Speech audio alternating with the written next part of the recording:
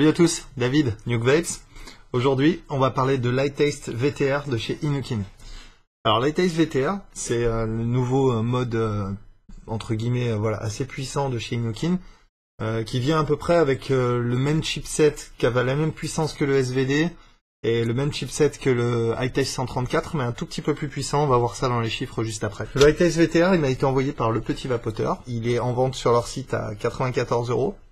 Avec ça, vous allez avoir donc la mallette classique. Donc c'est la même mallette que vous avez avec le 134. Donc c'est une mallette de très très bonne qualité, voire un petit peu overkill pour un mode, mais là pour le coup, voilà, c'est vraiment chouette au niveau de la présentation. Avec donc l'adaptateur pour le mettre à l'intérieur, on va voir ça après à quoi cet adaptateur il sert. Vous avez aussi un IPR 30S et un manuel. C'est vraiment un bon kit quoi pour voilà, pour le prix, c'est assez sympa. Donc comme on l'a vu, le Hightaste VTR, c'est un mode en forme de boîte. Donc c'est un box mode qui s'apparente un petit peu au Hightaste MVP, en ça qu'il est carré, voilà. Mais après c'est la différence s'arrête là. Dans celui-là, on peut changer la batterie. Alors c'est un mode qui fonctionne avec une 18650 seulement, donc vous avez qu'une configuration de batterie possible. Et il a la particularité d'avoir ce système qui permet d'avoir le Cliro qui est entre guillemets noyé dans la forme du mode. Et ça en fait, ça va vous permettre d'ajouter de la protection et d'avoir un mode qui va être plus compact en termes de hauteur et qui va voilà, plus facilement rentrer dans la poche. À l'intérieur, j'ai du Green Corpsa dans un IPR 30S normal, l'IPR qui est fourni avec. Par contre, j'ai pas le drip tip qui est fourni avec parce que voilà, j'ai pas changé d'avis sur ces drip tips, je les trouve pas géniales. Par contre, ce qui est bien, c'est qu'avec le 30S, on peut changer de drip tip comme on l'a vu dans la review du 30S. Voilà, donc ça, voilà, j'ai un petit drip tip court là-dessus, ça va bien. On peut mettre un drip tip long aussi. J'ai pas mal utilisé avec des drip tips assez longs, comme par exemple celui-là. Alors ça fait un petit peu talkie-walkie, antenne et tout, mais c'est pas mal. Mais j'ai préféré revenir à une forme de drip tip un peu plus court, simplement parce que voilà, quand on le met dans la poche, on a vraiment presque rien qui dépasse, et si on veut vraiment le transporter, bah, on n'a qu'à enlever le drip tip et c'est très bien. Niveau de la puissance, c'est un mode qui va de 3 à 6 volts, ou alors de 3 à 15 watts. Je sais pas qui c'est qui vape à 3 watts, c'est vraiment bas, mais voilà, si vous vapez dans des très très basses puissances et que vous aimez ça, ce mode peut y arriver. Il y a une limite de 3 ampères sur le switch, comme à peu près sur tous les chips qui viennent de Chine. Et c'est un chipset qui a 48 Hz, donc un petit peu comme le Hightaste 134. Ok. Donc on va faire un petit tour du propriétaire maintenant, de haut en bas sur le mode, voir un petit peu voilà comment il est fait, on va voir ça en gros plan. Alors d'abord, tout en haut, vous avez votre molette de réglage avec le bouton. Donc en fait, ce bouton, quand vous cliquez dessus, vous permet d'accéder au menu. Et quand vous tournez la molette, vous allez pouvoir ajuster la puissance ou la tension en fonction de ce que vous voulez régler, quoi. Ensuite, vous avez la bague qui va venir protéger entre guillemets le Cliro, enfin pas entre guillemets, qui va venir protéger le Cliro, et dans lequel vous allez pouvoir engager le Cliro comme ça. Donc ça, c'est vachement bien pour ceux qui font tomber leur mode assez fréquemment ou qui ont besoin de quelque chose de vraiment solide. Ça peut être un atout. Ensuite, vous avez l'écran. Donc c'est un écran LCD classique chez Innokin, très lumineux, vachement lisible même en plein jour, même en plein soleil, donc ça c'est bien. Pour les gens qui veulent voir leur réglage, là la lumière c'est presque disco quoi, c'est vraiment puissant donc ça va.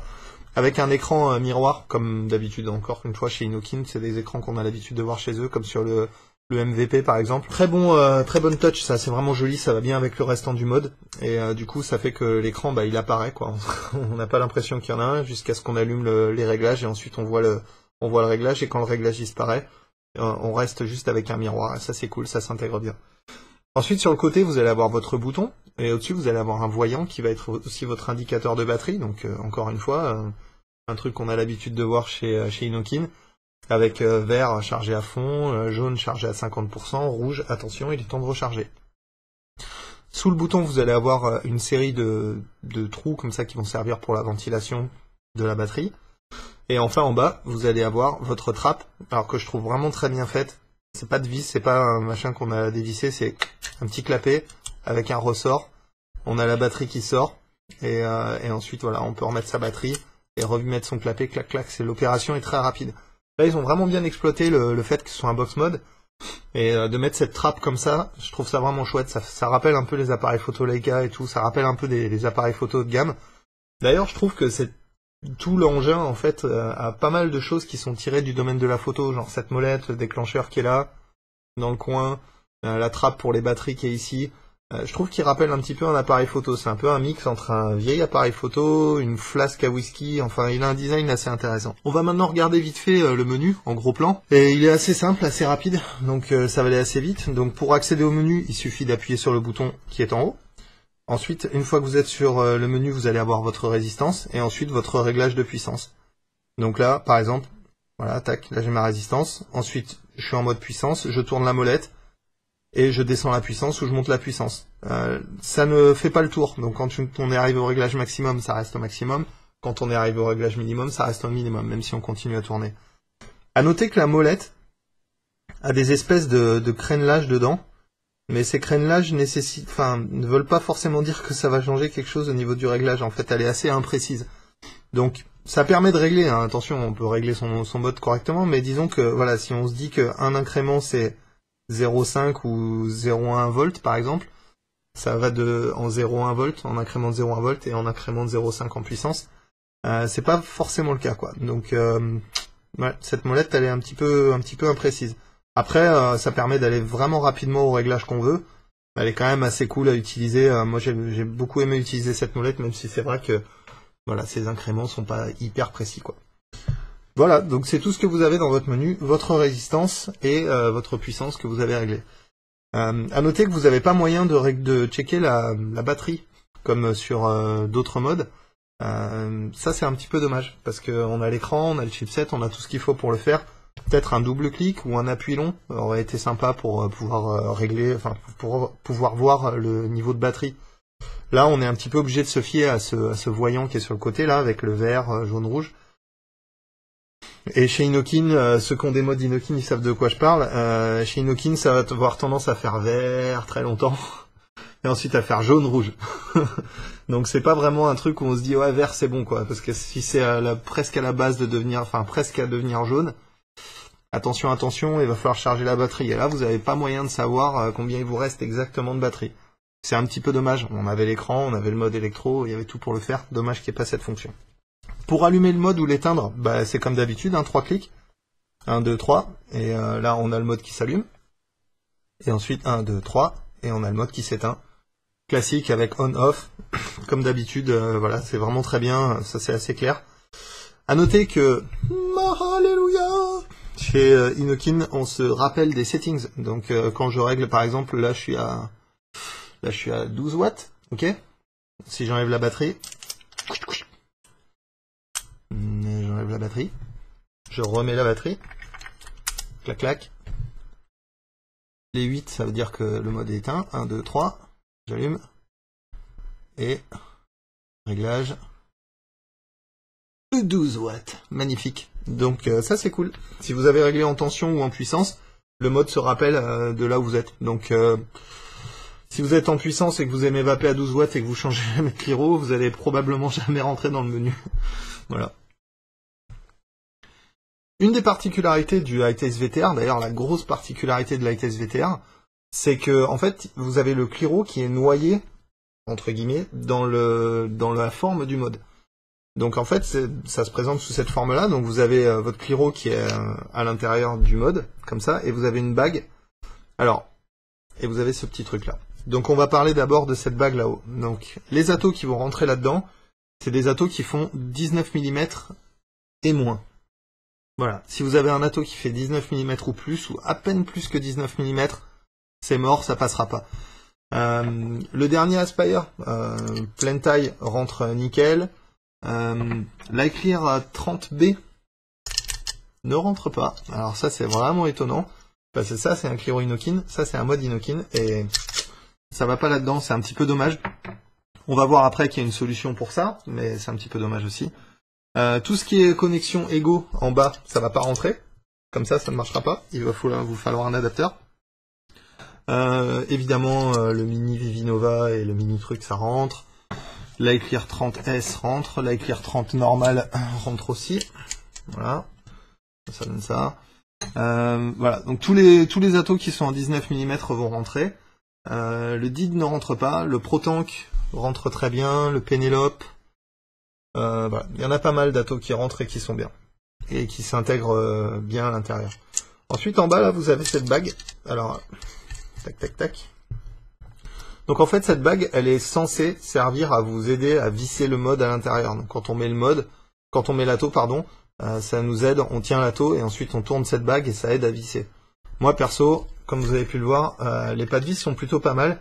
Donc du coup, on a juste à enclencher, mettre un coup, tac tac tac, en tenant la bague en bas et puis voilà, ça va très bien. Cette bague, elle a un bon avantage si vous vapez sur des Genesis. Donc quand on met un Genesis à l'intérieur, vous allez pouvoir indexer en fait avec cette bague, tourner librement votre Genesis et indexer l'endroit où vous voulez que la mèche elle soit. Donc ça c'est vachement intéressant parce que ça va vous permettre de, bah voilà, quand vous savez comment vous vapez, genre par exemple comme ça, vous allez pouvoir avoir le Genesis avec la mèche en bas tout le temps. Donc ça c'est vraiment cool. Ça permet d'indexer les Genesis. Donc je trouve que ça sert pas vraiment à serrer l'Ato. Si ça y était pas, j'aurais juste à faire tourner mon Ato et à le serrer. Là, j'ai besoin de la tenir, parce que si je la tiens pas, bah, ça tourne. Mais par contre, pour les Genesis, c'est vraiment intéressant. Ça permet d'indexer, avec un petit coup de molette, d'avoir la mèche qui est bien en bas, et ça, c'est cool. Alors, vous allez me dire, ouais, mais c'est génial, mais moi, si j'ai un Ato en 22 mm, je fais comment? Bah, tout ce que vous avez à faire, c'est à utiliser l'adaptateur donc qui est fourni avec le kit. Donc, c'est ça, c'est ce petit tube-là. Vous le vissez à la place du cliro, et ensuite, vous avez votre connexion qui se retrouve là-haut. Alors la connexion dépasse pas mal. Alors ça c'est un des premiers trucs que j'ai avec cet adaptateur, c'est que pourquoi il est si long? Il aurait pu être beaucoup plus court, genre s'arrêter à ras du mode au lieu de dépasser autant. Je trouve ça assez chelou d'avoir fait ce choix-là de design. Le deuxième truc, quand on met un atomiseur dessus, donc là par exemple je vais mettre un atomiseur, bon c'est un petit peu extrême, mais je vais mettre un Typhoon GT dessus, et vous allez voir tout de suite le problème. Bon alors, ça se visse, ça va, c'est nickel, mais voilà. Donc l'adaptateur en fait il est trop fin pour le trou qui est là, et donc du coup ça c'est pas top. Déjà que je suis pas méga fan de cet adaptateur, mais en plus le fait que ça bouge comme ça, je trouve ça assez moyen. Après le truc, ça va vous permettre d'utiliser en dernier recours, mettons que vous ayez que le ITS VTR et 3 ou 4 Ato et que celui qui était là-dedans il est vide, vous avez plus rien. Vous pouvez utiliser un autre Ato si vous avez le problème. Moi j'ai eu le problème perso dans mon sac, et j'étais bien content d'avoir cet adaptateur. Maintenant je trouve ça un petit peu dommage parce que cet adaptateur il est là uniquement parce que cette bague elle fait pas 22 mm de diamètre mais 19. Ça c'est un petit peu dommage. L'autre truc que vous allez pouvoir faire avec cet adaptateur que vous pouvez pas faire en mode normal, c'est utiliser des consommables avec un pas de vis égaux, parce que vous avez un pas de vis égaux à l'intérieur. Donc là par exemple je prends cet Aspire, un BDC.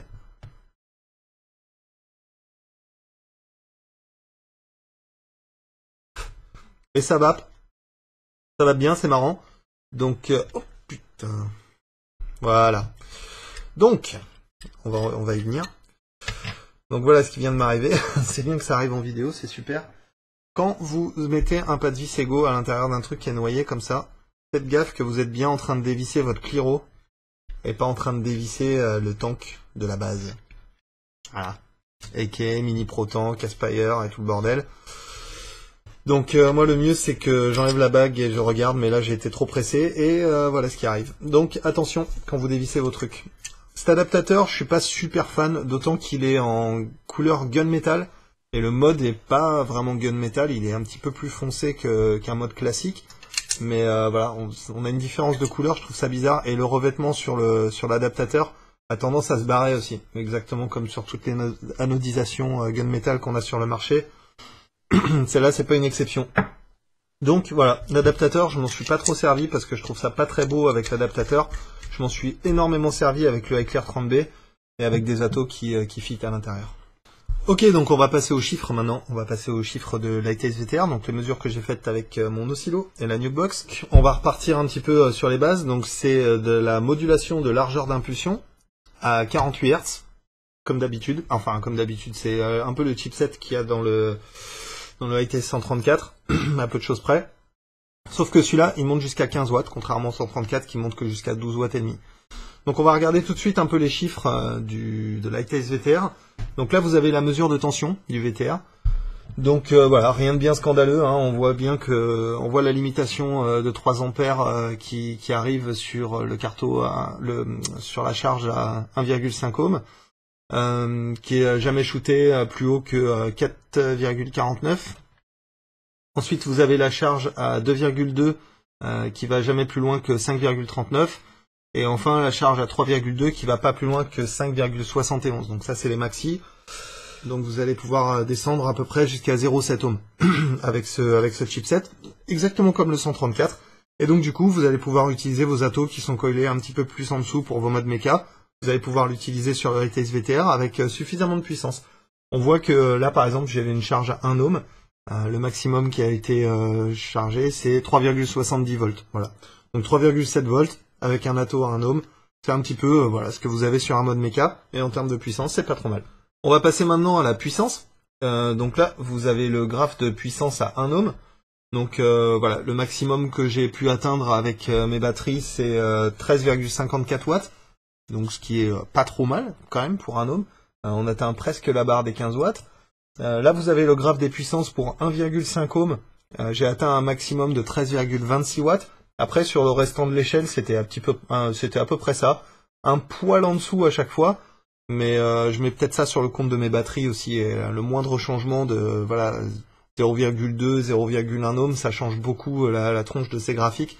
Donc voilà, à prendre avec des pincettes, mais en termes de puissance, c'est pas trop mal. Là, vous avez la puissance à 2,2 ohms, donc là, 2,2 ohms, on est plutôt bien aussi, on atteint 13,16 watts au maximum, donc ça c'est normal, c'est dû à la limitation d'ampères.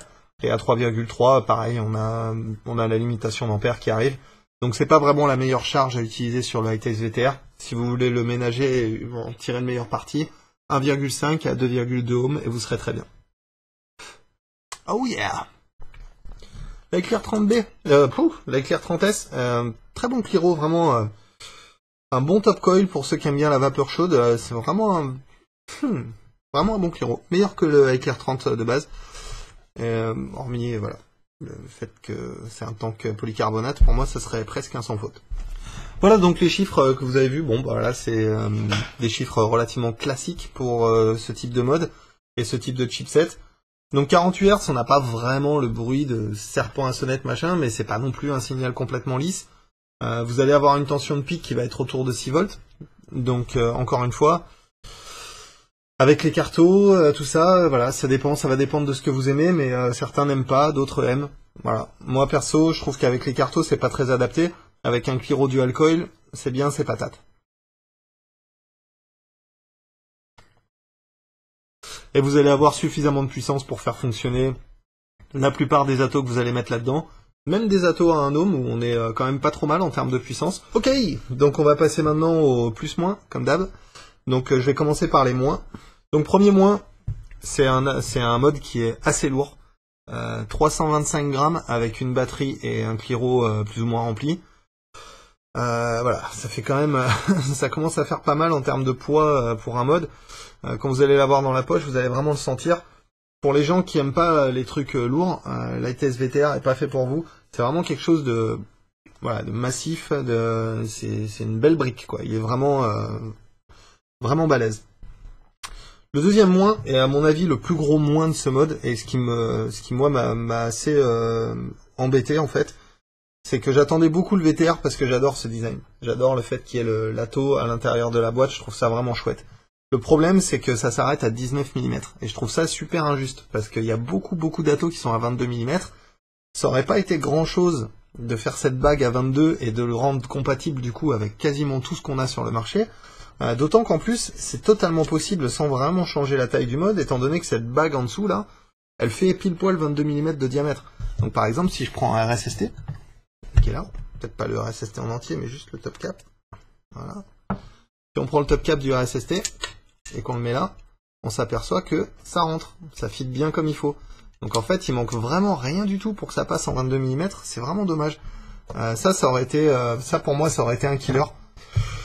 Là, le fait que ce soit limité à 19 mm, c'est un petit peu emmerdant dans le sens où vous n'allez pas pouvoir mettre tous les atos que vous voulez. Alors, rectification, vous pouvez mettre tous les atos que vous voulez parce qu'il y a cet adaptateur, mais sachez que quand vous allez le faire, vous allez vous retrouver avec un truc lourd en bas, long en haut, qui gigote un petit peu. Donc ça va pas être très très super chouette. Le mieux c'est de l'utiliser avec des atos qui passent à l'intérieur, donc ils sont en 19 mm. Il y en a quand même une chez plus 25. Il y a le ProTank, il y a voilà, tous les high clear. La plupart de vos Cliro vont passer. Avec un petit adaptateur Ego, hein, tous les Cliro passeront. Le Vision Eternity, le Mini Vivinova, enfin bon, voilà, j'en passe, c'est des meilleurs. Il y a énormément d'atos qui vont quand même passer là-dedans. Mais c'est dommage de ne pas avoir prévu pour les atos en 22 parce que là ça aurait été magnifique. L'autre truc aussi en moins c'est le finish en fait. Cette finition polie là, elle est très brillante, très réflective. Alors c'est super chouette. Quand on ouvre la boîte c'est super lumineux et tout, c'est vraiment très beau.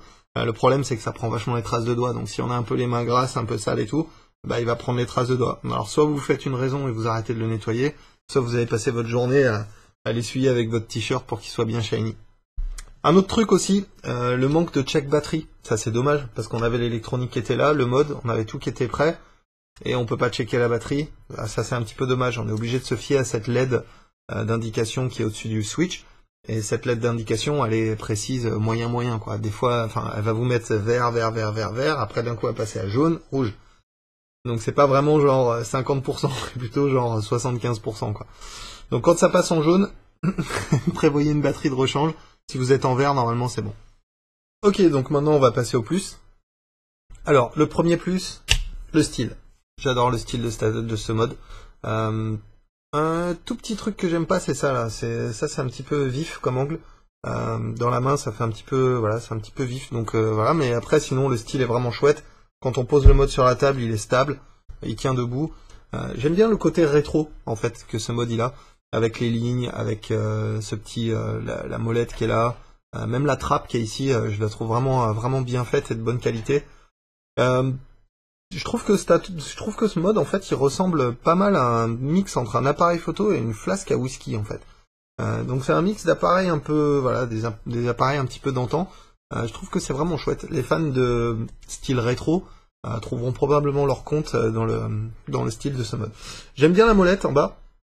Pour régler la position des Genesis, je trouve ça vraiment cool, d'autant que ça peut être vraiment crucial dans certains cas quand on vape avec du mesh et tout, d'avoir l'ATO dans un certain sens, ou quand on a un dripper aussi, d'avoir le trou dans l'autre sens. Donc ça je trouve ça vraiment cool d'avoir cette molette qui à la base sert pas du tout à ça, mais en final son utilité principale ça va être de régler la position de votre ATO, indépendamment de comment il est vissé, et ça c'est vraiment cool. J'aime bien le chipset aussi, chipset à 48 Hz. Je l'aimais bien déjà sur le 134, je l'aime toujours autant sur le ITS VTR, d'autant que là il est encore un petit peu plus musclé que sur le 134. J'aime aussi le côté batterie, on peut changer la batterie, et ça c'est cool. Donc ça évite, voilà par exemple ça évite l'obsolescence programmée qui est un petit peu sur les MVP, qui fait que quand la batterie est morte, bah elle est morte, il faut changer de mode. Là quand la batterie est morte, on en change et on en remet une nouvelle. Le switch aussi, je le trouve bien, même si je le trouve pas hyper bien placé, j'aurais aimé qu'il soit juste un peu plus haut, pour tomber sous le pouce, ou tomber sous l'index quand on tient le mode à pleine main comme ça aurait été pas mal. Là, il se retrouve ici. Je trouve ça un petit peu chelou, même si j'ai pris l'habitude en fait de le tenir comme ça. Donc avec mon doigt dessous et de reposer le VTR comme ça, et du coup comme ça passe nickel. Ou comme ça avec l'index. J'étais pas obligé de vaper pour montrer ça, mais bon. On est là pour vaper quand même, un petit peu. Le menu aussi, j'aime bien le menu. Alors là, le menu, on a vu le Pipeline Pro où c'était genre super réglage dans tous les sens et tout. Là, c'est tout l'inverse. Donc si les réglages du Pipeline Pro vous font mal à la tête et que vous aimez avoir un menu super simple, bah là, le ITS VTR, vous pouvez pas faire plus simple. On appuie sur un bouton, on voit la résistance, ensuite on voit la puissance et on ajuste. Fin de l'histoire. Il n'y a pas de check batterie, il n'y a pas de tout un tas de réglages, mais on a les essentiels, et ça c'est plutôt pas mal, c'est assez facile à accéder. Et si on vape en puissance variable, bah ma foi, on règle le mode, on règle la puissance, et puis ensuite on rentre plus jamais dans ce menu, donc ça, c'est assez cool. L'écran aussi, l'écran est pas mal, avec le côté miroir où on voit pas le LCD derrière, et puis quand on l'allume, on a la super lumière bleue, machin. C'est très visible en plein jour. Avec, peut-être quand vous avez vraiment le soleil en direct sur ce miroir, Ça a tendance un petit peu à être voilà, à rendre la lisibilité un peu pénible, mais ça reste lisible quoi qu'il arrive. J'ai fait les tests en plein jour, en plein soleil, en regardant le soleil avant et tout. Ça marche très bien. Donc voilà, c'est un bon écran, bon menu. Enfin, le kit qui est fourni avec, ça je trouve un très bon kit pour le prix. On a un mode, on a un Cliro, on a l'adaptateur pour pouvoir faire fonctionner le mode avec n'importe quel atto. Donc ça, bon, voilà, vous allez me dire, sur un autre mode où il n'y a pas besoin d'adaptateur, ça sert à rien, mais bon, sur celui-là, c'est cool qu'il y soit. Et voilà, donc c'est un bon kit, la petite mallette et tout, pour moins de 100 balles, on n'a plus qu'à ajouter du juice et un atto. J'ai beaucoup aimé utiliser ce mode. Je l'ai beaucoup trimballé avec moi, malgré son poids apparent. Je l'ai beaucoup mis dans mon sac, dans ma poche. On sent qu'il va pas lui arriver grand chose. Je l'ai utilisé beaucoup, avec cette iClear 30S à l'intérieur. Ça change un petit peu.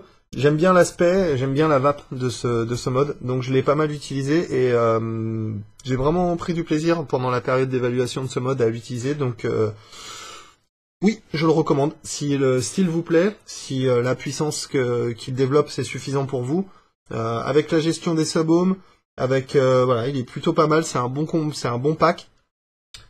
Yeah! Voilà, donc c'est tout pour aujourd'hui. Je vous dis à la prochaine pour une prochaine vidéo. Continuez de vous abonner sur la chaîne, continuez de me rejoindre sur le Facebook pour discuter ou sur mon site nukevape.com pour les commentaires de cette vidéo. Et puis voilà, je vous dis à très bientôt et en attendant, on continue de vaper.